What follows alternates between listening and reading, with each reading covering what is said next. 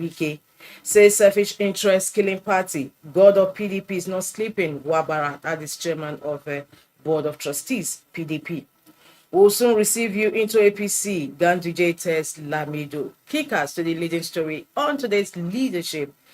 PDP can't win 2027 presidential election. Wike. Other papers are also leading with that same story. But however, let's continue with leadership. JAMB engages VCs, experts to probe UTME mass failure. This story continues on page 20 of leadership. FEC approves Medipool to cut drug prices. Federal government moves to tackle flight cancellations, delays. Edo government threatens to sue new black movement leader.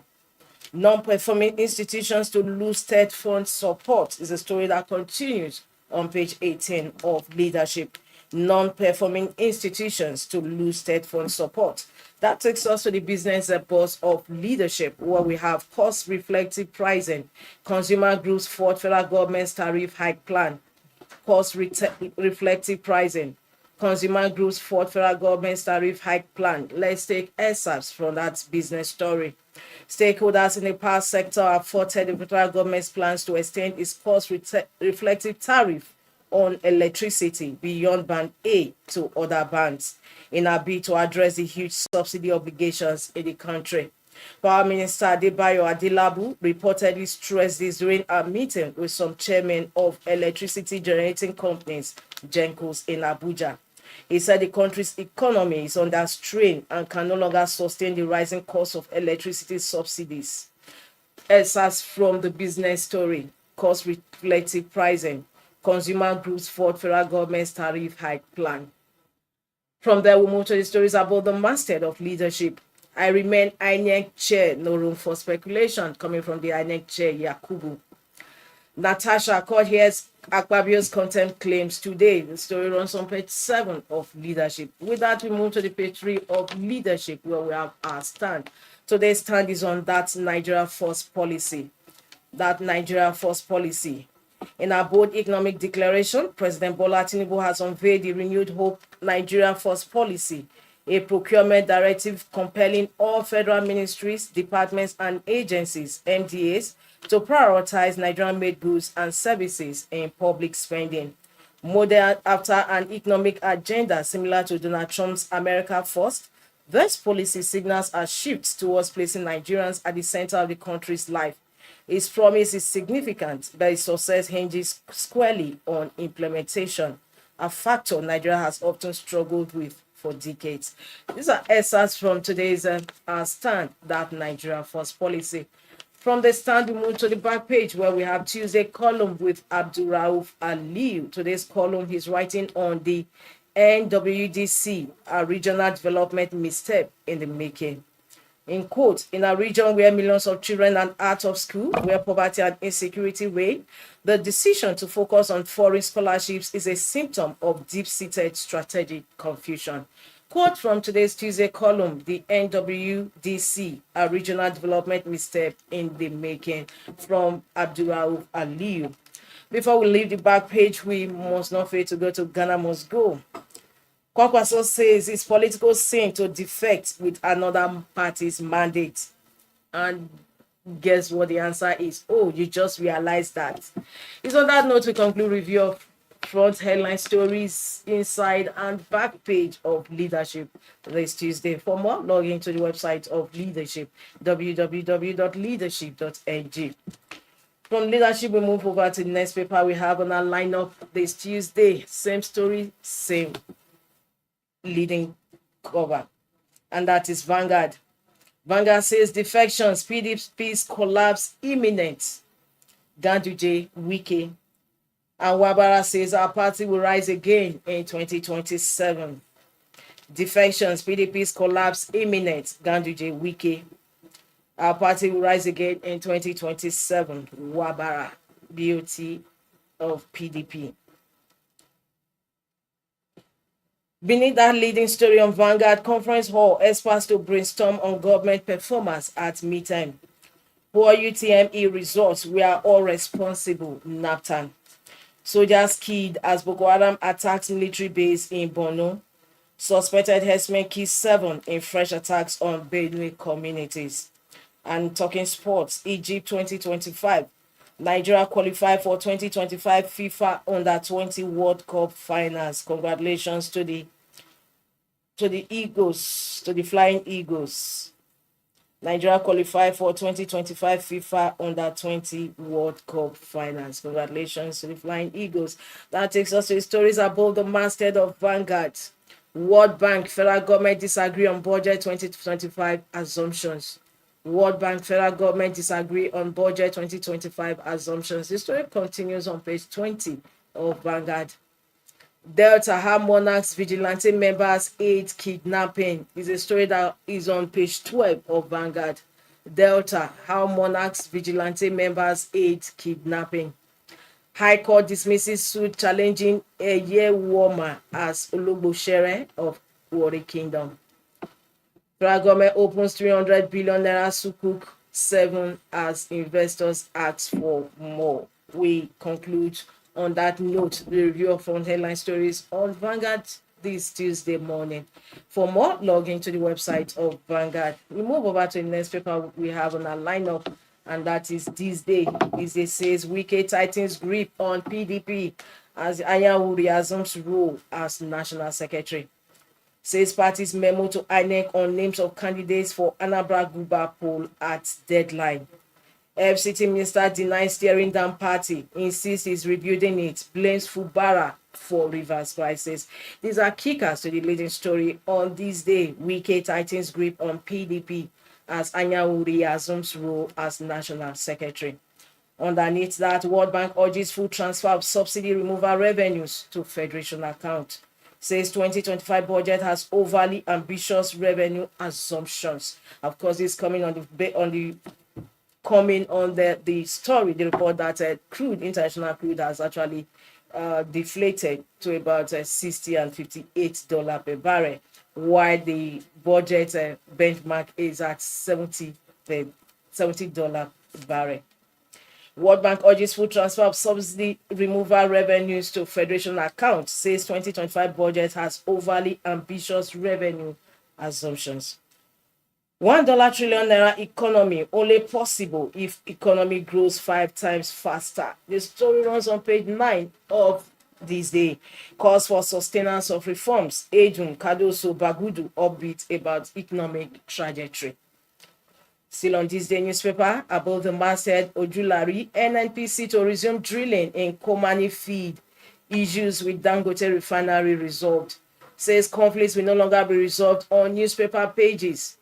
Nigeria's April oil output rises marginally, reaches 3-month high. US-China reached temporary deal to slash tariffs to 30%, 10%. The story is on page 9 of THISDAY. That is a good one. It's on that note, we also conclude the review of front headline stories on THISDAY newspaper this Tuesday, May 13, 2025. For continuation of these headline stories, log into the website of THISDAY, even as we head up to the next paper on our lineup, and that is The Guardian. The Guardian says World Bank admits Nigeria's economic progress, says prices remain high. The story is on page 6 of The Guardian. World Bank admits Nigeria's economic progress, says prices remain high. Of course, as usual with The Guardian, they have illustrations beneath that leading story. We'll take them one after the other. 25% conditional cash transfer, 5.6 million households paid once, 2.4 million households paid twice, to 1.24 million households paid thrice. Improving states' fiscal position. States revenue 2023, they had 7.18 trillion naira. 2024, 13.96 trillion naira. We have states expenditure 2023, 6.74 trillion naira. 2024, 12.18 trillion naira. And total government revenue 2023 was 20.7 trillion naira. And in 2024 last year, 37.1 trillion naira. We have federal government, states, local governments fiscal deficit to GDP ratio. 2023, we had 5.4%, 2024, 3%.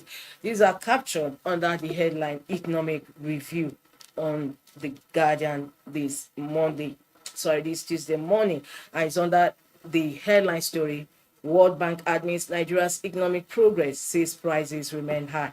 The story continues on page 6 of The Guardian. 2027, amid pushback, zoning compliance orders, PDP exploits reconciliation. Suspension, court hears contempt order applications in Natasha suit today. NNPCL to resume oil drilling in North as production threatens 2025 budget. UTME jammed to address technical issues as 8,391 candidates threaten class action. Federal government overhaul underperforming discos amid lingering IBEDC takeover. Lagos Labour Party suspends chair, dissolves ward executives as Abure faction tackles OT. With that, we move closely to the masthead where we have stories just beneath the masthead. Freight forwarders writing Tinubu as cartel sell e-call up code for 400,000 naira. US-China agree to roll back tariffs for 90 days. Edo governor seeks arrest of new black movement president, AC Kapo. That also concludes review of front headline stories on The Guardian this Tuesday. Let's move to the last paper we have on our lineup in this first edition of the program, and that is The Punch. The Punch says 54.9 trillion naira budget. Federal government, World Bank at odds over funding strategy. Bank fears government may resort to CBN emergency funds. Force budget parameters, minister counters. Kickers to the leading story today on The Punch newspaper. 54.9 trillion naira budget. Federal government, World Bank at odds over funding strategy. UK unveils plan to slash annual immigration by 100,000. Fubara suspension, Iba 6 time to fight defense in court. Boko Haram kills 5 soldiers in Borno military base attack. The story continues on page 42 of The Punch. Beside the masthead restructuring, federal government deploys special teams to underperforming discos. And atop the masthead of The Punch, Wike Tinubu will defeat PDP again in 2027. Wike Saraki has 7-man PDP reconciliation panel. Oil drilling to resume in North and NPCL. With that, we conclude review of front headline stories on The Punch newspaper today, May 13, 2025. For continuation of these headline stories, don't forget to log into the website of The Punch. Even as we bring the first segment of this program to a close, don't forget to join us. Stay tuned for the second half of the program where we have our guests coming in to discuss some of the topical issues. Don't go away. Stay tuned.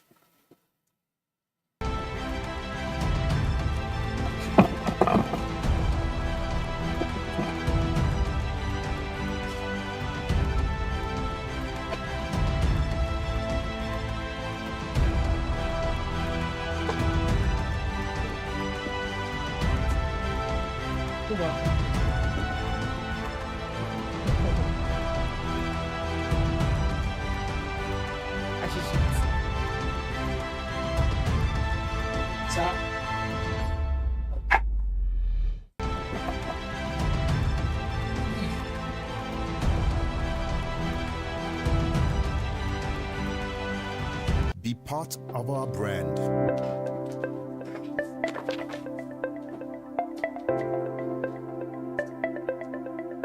Leadership for God and country. Good morning, sir. Welcome. Good to have you today. Be part of our brand.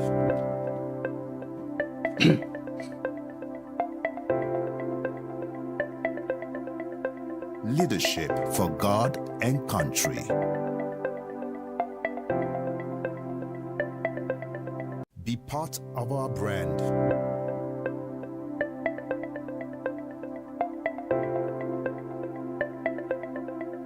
Leadership for God and country. Be part of our brand.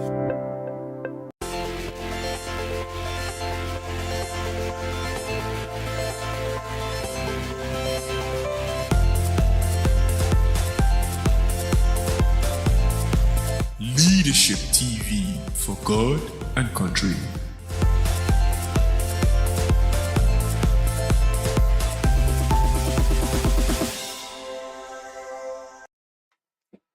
morning once again, and welcome to the second half of the program, Inside Nigeria, where we discuss front headline stories and some topical issues. My name is Winifred Dubovo once again, and of course, I have my Tuesday guest in the studio. He's a public affairs analyst. Is Benedict Agunoye. Thank you so much. Good morning. Welcome to the program. Yes, yesterday there was a televised live program of the FCT minister, Wike, in the media parley with some selected journalists, where he talked on some sundry issues, especially on the fate of PDP, the party to which he belongs, and the party to which he also attended their reconciliation meeting yesterday, as conveyed by the former Senate President, Bukola Saraki. So what are your thoughts on that? First and foremost, it was so surprising that the FCT minister did attend the reconciliation meeting. Well, he is still a member of the party. But however, his thoughts on the future of the party wasn't so optimistic. Yes, he's a member of the party, and I think that if he has been in the party from 1999 till now, he should have been with them long enough to be able to also see the direction going forward. If they do well with their reconciliation, it should be good for the party winning the 2027 election. He also said something among all the things he spoke about was the fact that PDP